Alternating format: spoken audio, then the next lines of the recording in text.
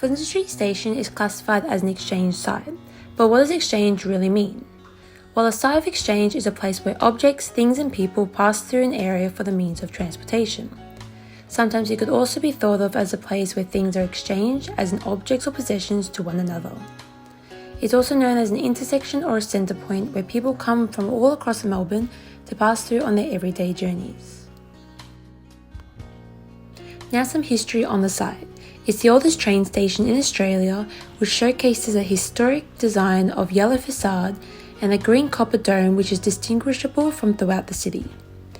The ground floor has food stalls lining the concourse, while the upper floors were made specially to accommodate a gym, library and a lecture hall, which later was used as a ballroom.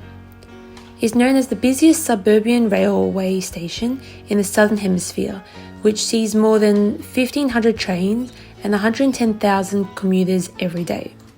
It also has the fourth longest platform in the world with 708 metres. In 1854, Flinders Street Station was known as the Melbourne Terminus, which is essentially a massive collection of weatherboard sheds, which soon became the first steam rail station in Australia.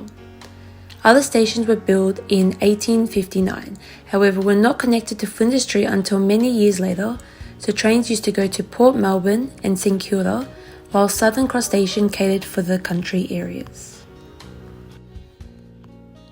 At the beginning of the 1900s, there was increasing demand for remodelling Flinders Street, so all were called to design a new and improved station. J.W. Fawcett and HPC Ashworth were the winners of the first prize of £500, and which their design still stands today, taking 10 years to fully complete since the cost of the renovation was £514,000. A known urban myth is that there was a mix-up as the firm who won the competition sent over the wrong designs, as there were plans for a train station in Mumbai, which is why there's a slight Indian touch. There's 13 clocks still displayed today, which represent the different train departures to each suburban train line. The clocks used to be operated manually, while today they are now operated by computers.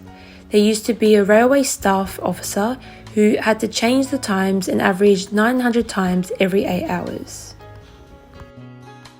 The iconic steps in front of the station were so popular they had to be refurnished in the late 80s to incorporate heating, allowing the seats to be warm in the winter. Flinders Street Station is one of the most iconic landmarks of Melbourne due to its beautiful, ornate architecture. Flinders Street Station is also located in the centre of Melbourne, meaning it is the heart of Melbourne. Its ephemeral qualities are its constant flow of people and its constant change in landscape. Flinders Street Station is busy with many people coming and going. The landscape around Flinders Street Station constantly changes with the construction of new buildings and the demolition of old ones.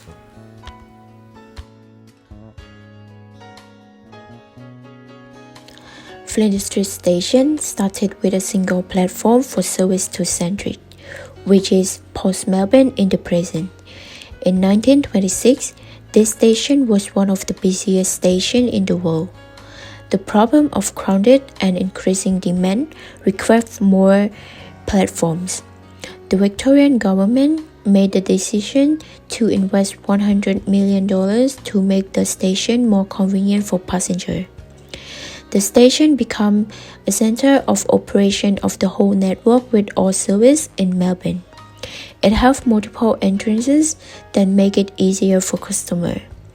Additionally, it has multiple functions in the present. It has a connection to, from bus and tram services. It is a place of destination or as a popular meeting area for citizens.